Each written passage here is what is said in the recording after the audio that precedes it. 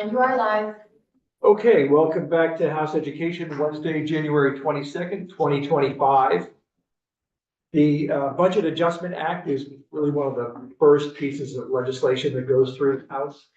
This, as you probably have all heard, is really truing up the budget that we are currently in based on anticipated revenues and where expenditures are. This legislation resides with the House Appropriations Committee to begin with. We are asked to weigh in on certain pieces. Usually it's just money. Sometimes there's some policy language that we take advantage of because of the timing, which is what we saw this morning with the adult education program language that they proposed for that adult diploma, high school diploma program situation. But really for us, we sort of reside when it comes to the BAA within the education spending portion of that. So we're going to hear today sort of where the two budgets, I'm going to refer to them as currently how they stand, because we have got the education fund that funds public school K-12 education system, which also gets sort of reevaluated and trued up, like did universal school meals really cost what was budgeted, that sort of thing. And then there's the operations of the Agency of Education, which is funded out of the general fund, not the education fund. And it also has ups and downs in terms of expenses and all that.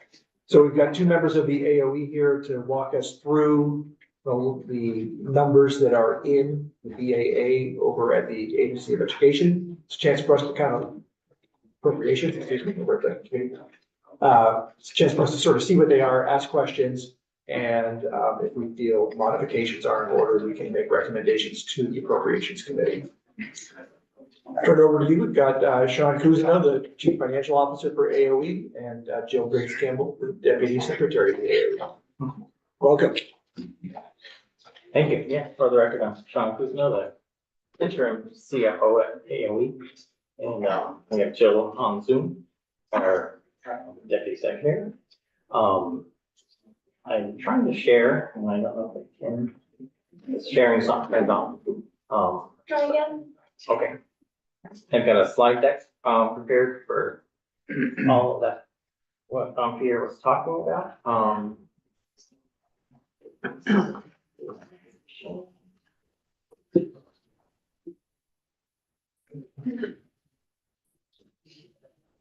right. So yeah, we're gonna go over the BAA. And we're going to talk about our current budget adjustment items. We've only got 3 this year. Licensing, peer review program, asking for a little more money there. The adult education program, and we've got a kind of a reduction in the ed spending. And then we're going to go into the FY24 carryover and revert for general fund and ed fund. The peer review program, we're looking for an additional $75,000 to cover the increased number of folks going through the peer review program. So we budgeted for about 88 to go through this year, and we're looking more at 150. So we're looking for an increase there. And I referenced some information about the program. I think last year was the first year they put the moratorium on the fee that we normally charge for peer review program. And it's backfilled with general funding. That's what we're requesting here, is a little more general fund to cover the fees we no longer collect. At least won't for the next 5 years or so. Next, we have the adult ed and literacy program.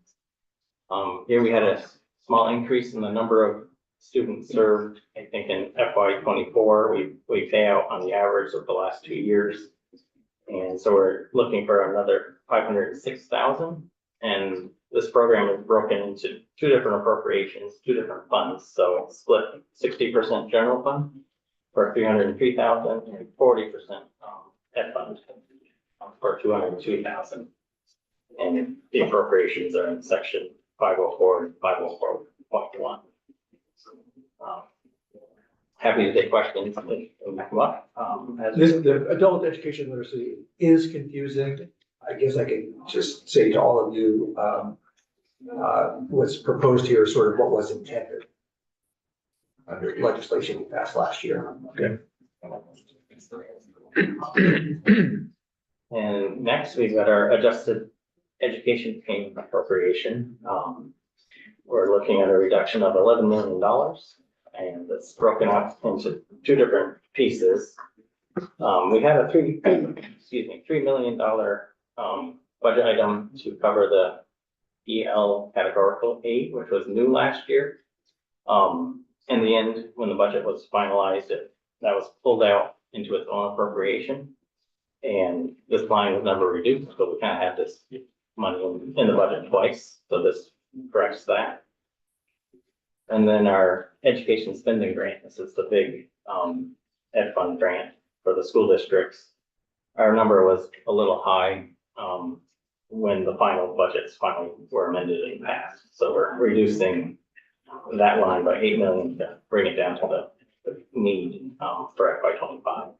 Would it be fair to say that $8 million in the grant scheme of $2.3 billion is pretty close? Yeah. Yeah.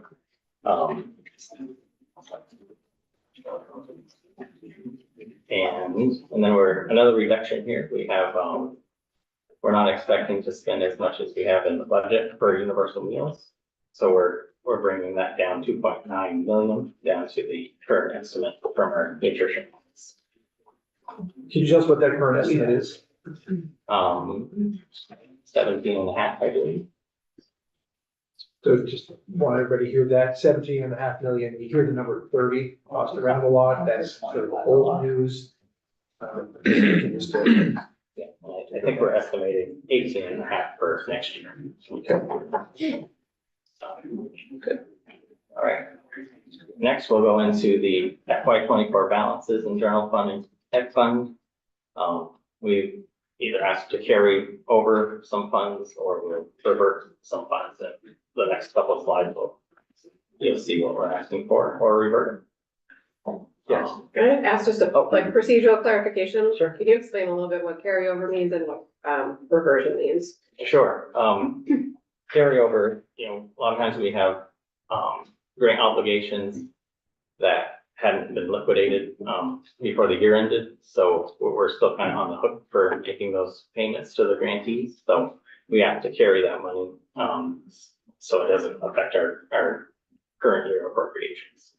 And then if we don't need the funding or the administration says no to our carryover request, then the money gets reverted back to the general fund or to be used.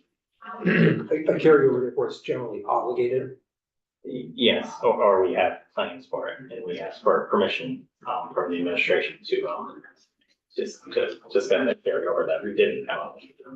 And then a reversion goes to the entire general fund, not the education portion of the general fund. Yes, I believe so, because we will revert back general fund specifically, and then you'll see we'll be reverting back education fund money too. So the first couple of slides are general fund reversion or carryover / reversions. So our operating appropriations, finance and admin and education services, a small purchase order carryover in finance and administration, and then we had about 993,000 in general fund in our ed services program. 400,000 of that was obligated for grants contracts, and then we have a couple things we want to do with the extra money that we got approval from the administration. Can I ask a question? You say that you get approval from the administration. Yeah. We tend to refer to you all as the administration. So could you tell me a little bit more what that Finance means? and management. Yeah. Okay. So every year there's a carryover request that we do, I think for August 1st, where we detail all this information. And they'll say yes or no, and then eventually it gets into the budget process. So they okayed the 893. They said no to $100,000. So 100,000 gets reverted. These are our plans for the money.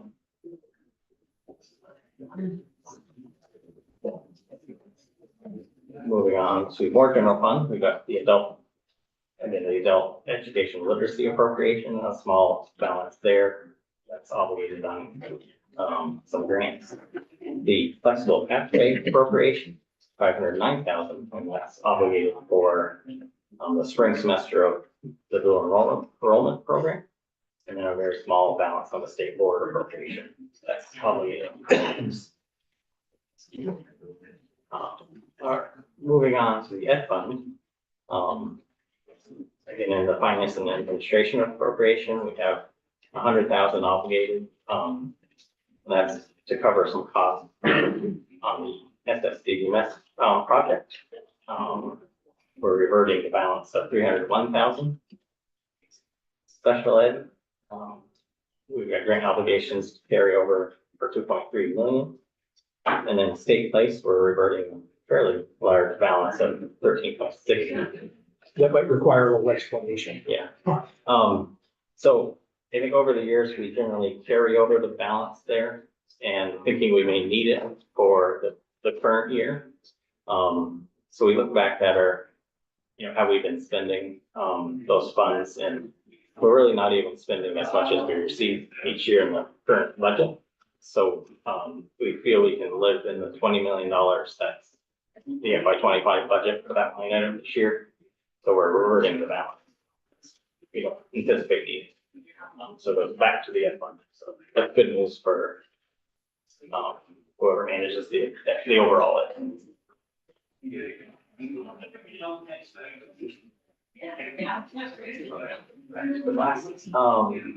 Ed spending grant, again, that's our large 2 billion appropriation, small balance for reverting that was left over from last year. We got a 593,000 reverting back in the small schools grant. That grant program ended last year, so we're giving back the balance. It was kind of replaced with a merger support grant program. But again, we're gonna live with the current budget amount there.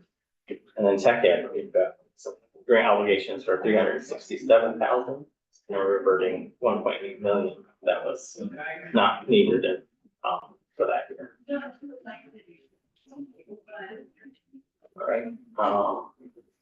Moving on, flexible pathways appropriation. We've got a decent carryover for obligations and anticipated FY25 increases. I believe, I want to say it's early college increases and the students taking advantage of that program. And then we're reverting the 1.3 million. Does that mean that we had in that area, basically $3 million? And what you're saying is that really only 1.78 was used? No, 1.8 is, some of that's obligated. Yep. So it was, granted out last year, and the rest is we're hanging on to for anticipated increases. Right. In the current. But it sounds like, but then we have 1.3 of sort of overestimating what it would be costing. Yeah. Okay. It's flexible pathways is made up of several programs, right? So they accumulate that balance. Universal meals, here's 6.2 million that we had more than we needed last year. So as we said earlier, we're reducing the current year appropriation also, so we certainly don't need this money to cover that program. And then lastly, we got the PCB remediation. This is some one-time money, 16.3 million that we're continuing that program this year in FY25. We might need a little more on that as well. Okay.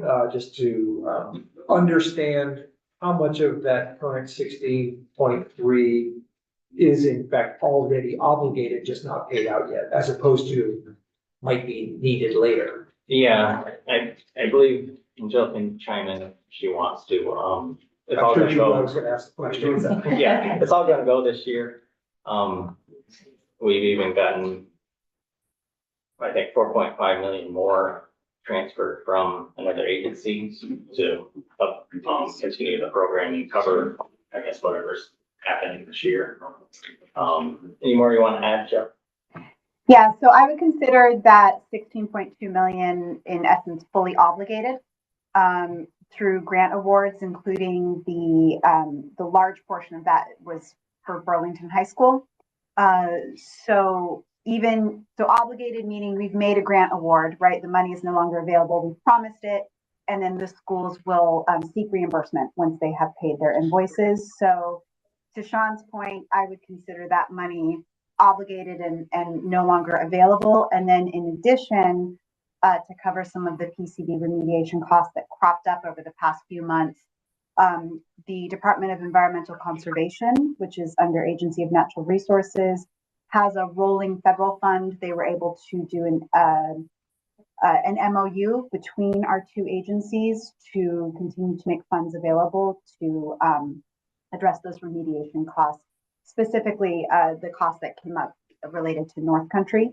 And then we also do have, other remaining costs for schools. And fair to say that even with that additional $4 million, that's also all fully obligated. It's on its way to being fully obligated, yes. Okay. Mhm. Thank you. So if we want to kind of go back, Peter, back in time for folks that are new in the room, there was $32 million in education fund that was appropriated by the legislature for the PCB program. At this point, all of those funds have been obligated and most of them have been reimbursed. Thank you. Peter, can I just? Yes, I think we're ready for questions. Yeah. Thank you. The flexible pathways, the 1.3, you just mentioned it, as we know, there's several different segments of that program. So it would be interesting to know whether it was all in one or how it was spread out amongst the programs, just to get a sense of where uptake of the programs. So I think the big one here, was the high school completion program. Okay. So I think that one ended up with a large balance. That program ended last year. So where we normally may carry over money to Got it. continue that. If you need to. Got it. I could get you. Actually, that helps a lot. Just Okay. Understand. I don't know if anybody else wants to know more, but I get that. Sure. Agreed. In the general fund part of the budget, where would we see reflection of vacancies at the agency? Like, it looks like from the directory we got earlier this year, there's from my count, at least 22 vacancies. Yeah. Are those being held as carryover, actively pursuing to fill those positions? Has that money already been reverted? Where would we, or how would we see that reflected here and what's happening? Yeah, well, I think we budget, roughly $500,000 less than general fund than we need to cover all of our, positions that are funded with general fund. So we, the budget process forces us to anticipate vacancies. So we short ourselves a certain percentage. So that's kind of already built in. So for ending the year, last year, we probably, some of that 893,000 may have been still more vacancy savings that we had because we had such a large number of vacancies. So we've asked for permission to spend that differently. Does that answer your question? Yeah. So on slide 8. Yeah. It's the educate section BE 501, education services. Is that the number you're talking about? No. Yes, yeah. So it's now being used for sub-grants and contracts? Or Well, that was half of always, it? that was always gonna be used for sub-grant. It's the difference, that we got permission to spend different. This may be talking about vacancy savings. So what you're saying is that you recognize that vacancies are a reality and budget with a certain number of vacancies felt to be kind of always Yeah, there. it's like 5% of the general fund positions. We short the amount by 5%. So in that accumulates to about 500,000. Remember it correctly. Is that, do you know, sorry, I'm not sure I'm totally understanding it, but then do you know if that, in the carryover, the obligated subgrants and contracts, is that largely APA Yeah. consulting contracts from CTE and Listen and Learn? I can respond to that. So the funding for APA and for New Solutions, which is another consulting group that's been providing timely sort of on the ground budget support for districts. We actually leveraged our the last of our kind of ESSER state level funds and then did a liquidation extension. So we were really maximizing federal dollars to pay for those consultants.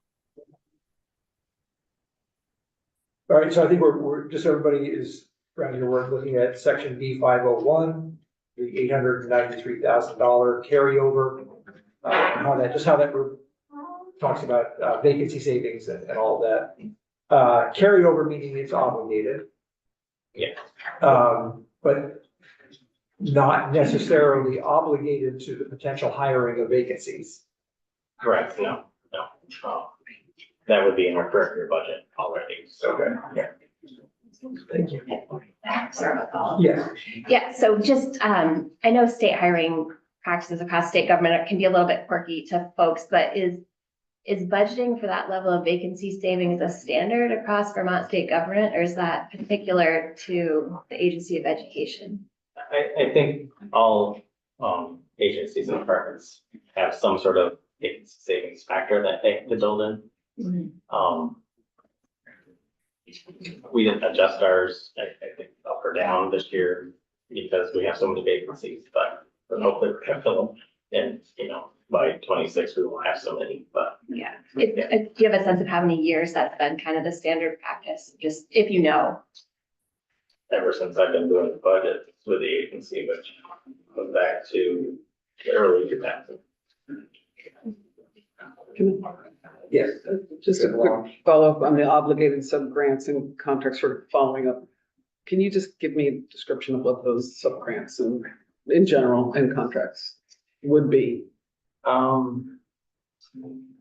So, let's see. I mean, maybe Jill has better sense. Yeah, I mean, Governors Institute comes to mind. That's a general funded contract, or grant. So if they don't request everything they're granted, we hang on to it, but we get approval and send it to them when they requested it, after the fiscal year ended. Yeah, I didn't dig into those numbers for today. And then I don't have examples of the contracts. It's just a contract that's funded with general funds, coming out of the education services. I have to get back to you for Okay, that'd be great. real examples. Yeah, I would appreciate that. Thank you. Any further questions? So just in terms of our role here, I'll be sending a letter to appropriations, commenting or not on this, as well as like the language we heard this morning. In general, we've never really said much about these because they are not substantive. But I just want to make sure everybody had their questions answered. Great, John, thank you. Jill, thank you. We don't need to reset, do we, because we're on the same topic? I'm not sure if we're next Wednesday night. No.